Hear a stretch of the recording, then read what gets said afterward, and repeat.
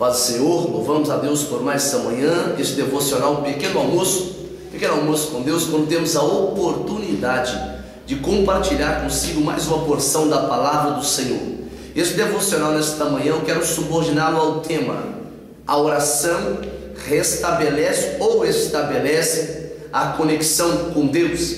Eu quero ler um texto bíblico no livro que escreve Lucas, Atos dos Apóstolos, capítulo 10, versículo 1 e versículo 2, diz: morava em Cesareia um homem de nome Cornélio. Essa cidade de Cesareia é uma cidade romana situada na Palestina, a 100 quilômetros a noroeste de Jerusalém, que foi construída por Herodes o Grande.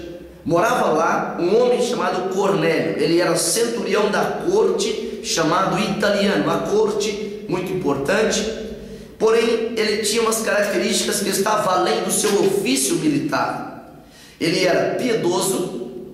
Essa palavra piedade não é andar de roupas rasgadas, não é mendigar o pão pensando ser isso uma piedade. A piedade fala de uma reverência, de um santo temor. A piedade fala de uma fidelidade para com Deus. A palavra piedade, ela é distorcida nos dias que estamos vivendo, como se fosse basicamente boas obras. Não, Cornélio, ele era piedoso, temente a Deus com toda a sua casa, fazia muitas esmolas ao povo e de contínuo, diuturnamente, Cornélio orava a Deus.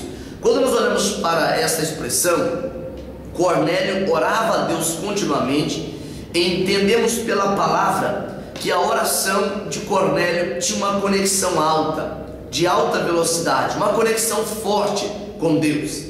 Neste dia especial do texto de 10 de Atos, às 3 horas da tarde, ele estava orando.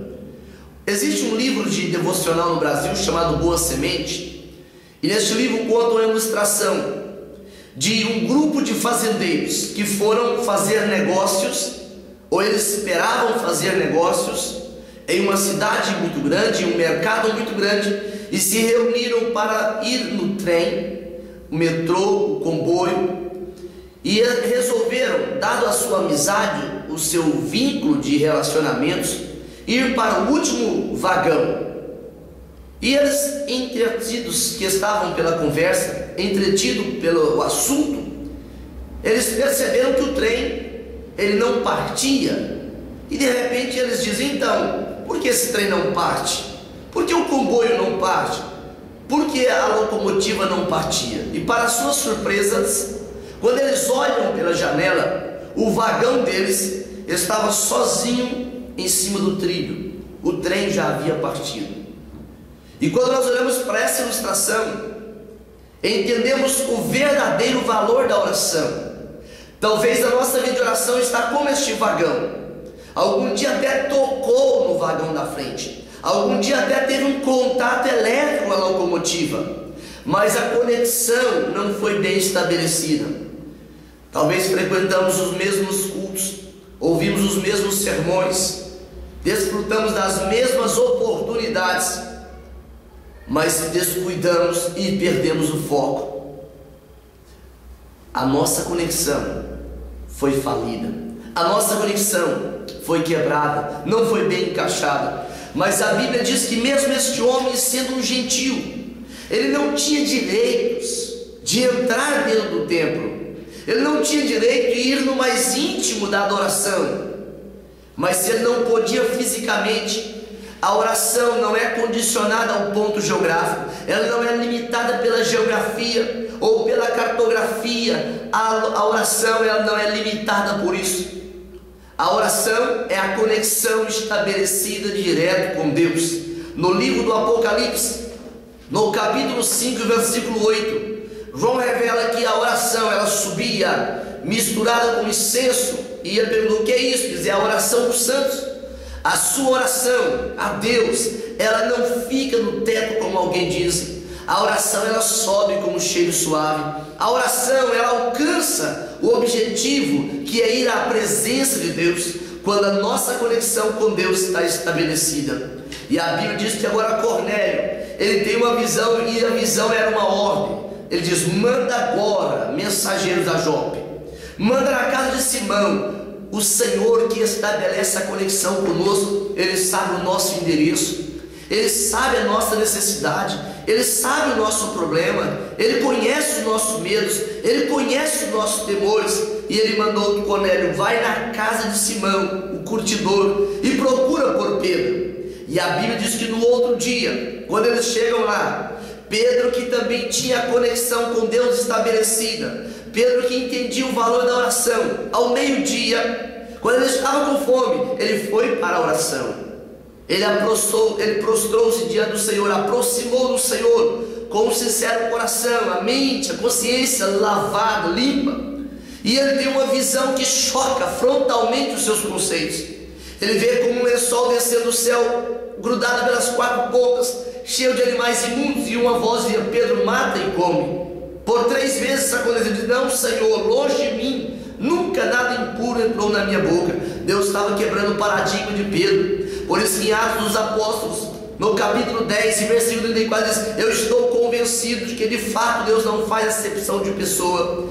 Deus, quando olha para si, quando olha para mim, Ele não olha para a nossa nacionalidade, Ele não olha para o nível cultural, mas Ele olha para o nível da conexão com Ele. E a Bíblia diz que Pedro vai, e o Espírito diz: olha, pode descer, porque eles já chegaram para você ir, e você vai anunciar as boas novas. E quando chegam em Cesareia, 100 quilômetros ali distante de Jerusalém, a noroeste, e eles percebem que Cornélio estava reunido, a sua família, esta mesma família que desfrutava de intimidade com Deus, mesmo sem poder no legalismo judaico. Agora eles desfrutavam da intimidade com Deus, e a oração de Cornélio fazia efeito. Ele ouviu das boas novas de salvação, a palavra entrou no coração dele, ele aprende sobre o Espírito Santo e foi batizado com o Espírito Santo. Tudo começou porque a conexão da oração estava estabelecida.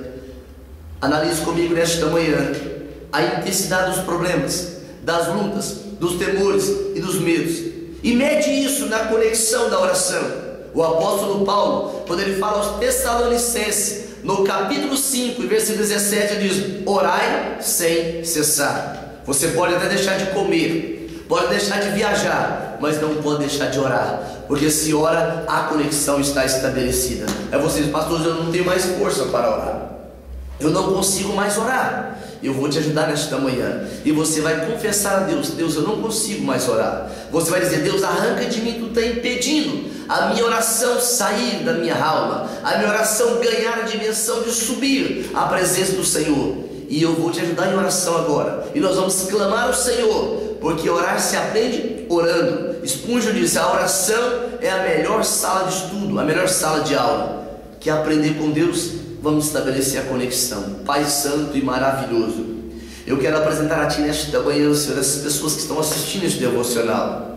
Deus, que tem vivido o dilema de não conseguir mais orar. Ao amontoado de palavras que falam já não fazem mais sentido. Quando se prostram para orar, dormem. Quando se prostram para interceder, 3 minutos de palavras, todo o argumento vai embora. Mas eu quero suplicar o Espírito Eterno, aquele que Paulo explica na carta aos Romanos, no capítulo 8 e 26, que nos ajuda a orar, que nos ajuda na nossa fraqueza. Ajude, Senhor, essas pessoas que estão assistindo a viver novamente a conexão da oração. Que essa conexão seja estabelecida agora. Em o nome de Jesus é que nós ministramos esta bênção sobre a vossa vida, agora e para sempre. Que Deus te abençoe e te guarde, e perseveremos em orar, em buscar o Senhor. Deus te abençoe, grande abraço, com Deus, em o nome de Jesus. Até amanhã.